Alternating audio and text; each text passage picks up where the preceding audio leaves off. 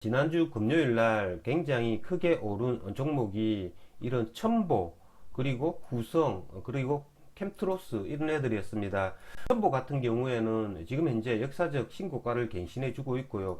후성이가 또 굉장히 많이 상승을 해 주었죠. 후성이 같은 경우에는 2차전지 전해핵 관련 기업이기도 하지만 기후변화에 따른 탄소 배출권 관련 업체이기도 하죠. 그러니까 얘네가 양다리를 다 걸쳐 있다라는 겁니다.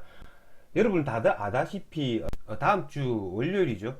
미중 정상회담이 열립니다. 현지 시간 15일 저녁이라고 했으니까요. 우리나라 시간으로는 16일 날 아침 장 시작 전이나 장 시작하고 나서 정상회담에 대한 뉴스가 뜰 가능성이 많습니다. 뭐 거기에서 의제는 다 거의 뭐 이야기가 나오고 있죠. 정상회담을 앞두고 지난 11월 11일 그러니까 목요일 날 기후 변화에 대해서 합의를 뭐 했다라는 거죠. 자, 거기에서 기후 변화에 대한 뭐 그런 정상 간의 확인하는 작업, 그 이상의 다른 뭐 결과물들은 뭐 기대하지 않는다라고 뭐 이야기가 나오고 있습니다. 어쨌든 현지 시간으로 15일 저녁에 이루어지는 미중 정상회담 그런 것들이 다음 주에 있기 때문에 이런 기후 변화 관련주들은 뭐 한부 슈팅을 해주거나 아니면 재료 노출 차원에서 뭐 하락 조정을 받는 뭐 그런 모습을 보일 가능성도 많습니다. 그러니까 이 후성이 같은 경우에는 뭐 양다리를 걸쳐 있기 때문에 기후변화에 의한 탄소 배출권 관련주이기도 하지만 2차전지 전해핵 관련주이기도 하기 때문에 이렇게 첨보가 역사적 신고가를 갱신해 주었기 때문에 후성이 같은 경우에는 이제는 수급을 잘 봐야겠죠. 지난주에 계속 이렇게 기간이 순매수를 했다라는 거죠. 어제 신고가를 이렇게 갱신해 주었던 게 이 외국인들이 100만 주 이렇게 순매수를 했다는 겁니다. 여러분들 두산중공업을 보시면 아시다시피 이렇게 외국인들이 대량으로 순매수를 했을 경우에는 그 다음날 바로 이렇게 차익 실현을 해줄 가능성이 많다라는 거죠. 거기에서 기간이 수급 이탈이 없다면 이네들은 뭐 하락 조정을 보일 때는 충분히 뭐 단타도 가능하고요. 외국인의 이탈 후에 뭐 짧은 이렇게 음봉을 만들었을 때 기간이 이탈하지 않는다면 이런 애들은 좀 꺼브나잇도 가능하다는 거죠. 어쨌든 다음 주 이런 2차전지 관련주들 LNF, 세로닉스, 동화기업, 첨보, 후성 이런 애들을 위주로 계속 관찰을 해봐야 될 것 같습니다. 자, 다음은 원전 관련주들입니다. 원전 관련주들도 지난주 금요일 날 또 크게 상승을 해 주었습니다. 한전기술이 7.37% 이렇게 크게 상승을 해 주었습니다. 자, 두산중공업 같은 경우에는 여전히 기간 수급이 좋죠.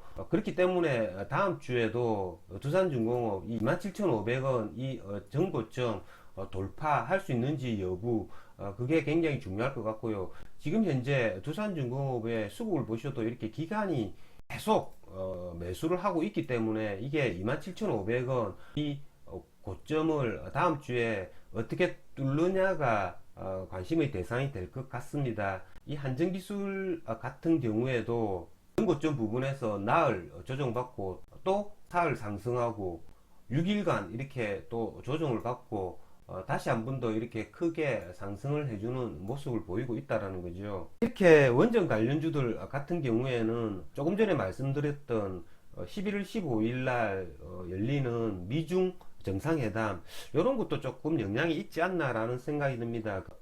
탄소 배출을 줄인다라는 거죠. 여전히 이렇게 추세가 살아있기 때문에 한전기술이나 두산중공업 이런 애들 위주로 다음 주에도 계속 지켜봐야 되지 않을까라는 생각이 들고요. 넷플릭스 드라마 지옥 관련주죠. 넷플릭스 지옥이라는 드라마가 11월 19일 그러니까 다음 주 금요일 날 넷플릭스에서 방영 예정입니다. 자, 지옥이라는 드라마 유아인 주인공의 영화 부산행 감독이죠. 연상호 감독의 드라마입니다. 드라마 제작사가 제이콘텐츠리죠. 자, 제이콘텐츠리 같은 경우에 미리 이렇게 지금 이렇게 준비를 하고 있다라는 겁니다. 다음 주 금요일 날 이 드라마가 방영되고 나서 넷플릭스 차트에 이 지옥이라는 드라마가 1위가 오른다면 이런 애들은 또 신고가를 갱신해 줄 수도 있다라는 거죠. 그게 오징어 게임의 효과라는 겁니다. 다음 주 초쯤에 이런 애들을 선침해 두는 것도 괜찮지 않을까라는 생각이 듭니다. 자, 다음 마지막으로 매매 스킬에 대해서 간단하게 설명을 한번 드려보겠습니다. 요즘 작년과는 달리 장중 단타가 굉장히 힘듭니다. 작년 같은 경우에는 지수 전체가 굉장히 좋았죠. 그렇기 때문에 장중에 단타를 치는 것들이 굉장히 수월했습니다. 종가 오버나이트를 하지 않고 스윙 매매를 하지 않아도 장중에 워낙 크게 상승을 해주는 그런 모습이 많았기 때문에 장중에 중간에서 잘라 들어가도 충분하게 수익을 실현할 수 있었다라는 거죠. 하지만 요즘에는 장중에 함부로 이렇게 들어갔다가 순식간에 이렇게 무너지는 그래프가 굉장히 많이 나오고 있습니다. 예를 들면 지난 금요일 날 이런 YG 플러스겠죠. 이 YG 플러스가 시간의 거래에서 굉장히 크게 상승을 한 바가 있죠.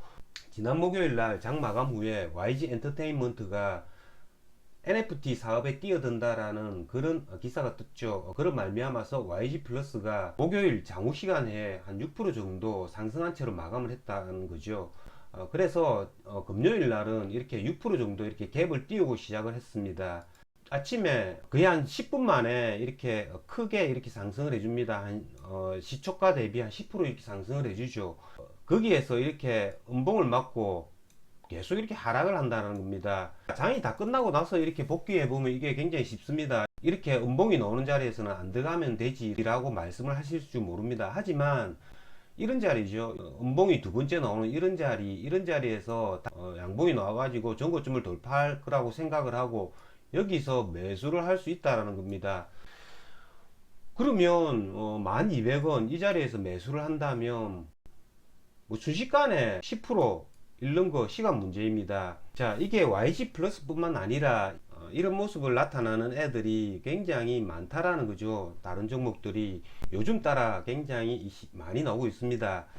뭐 그래서 스캘핑 고수들도 요즘 이런 종목들이 많기 때문에 굉장히 애를 먹고 있는 상황이죠. 자, 이거를 극복할 수 있는 방법은 제가 계속 말씀을 드리는 부분이죠. 주식에 큰 그림을 그려야 된다라는 겁니다. 지난 금요일 날 게임주들이 아침에 그다지 좋지 않았죠.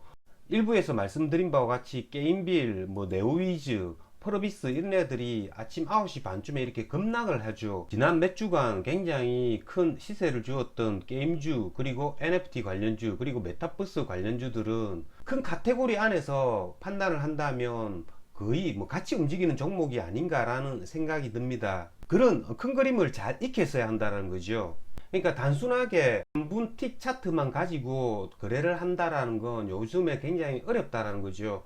3분 틱 차트와 함께 프로그램 매매, 그리고 전체적인 테마들의 흐름, 그리고 기간의 매매 동향, 이런 거를 종합적으로 판단을 해가지고 매수를 해야지 요즘에는 수익이 날 수 있는 그런 장이라는 겁니다. 자, 남은 주말 잘 보내시고 내일도 거래 잘 하셔서 성투하시길 기원 드리겠습니다.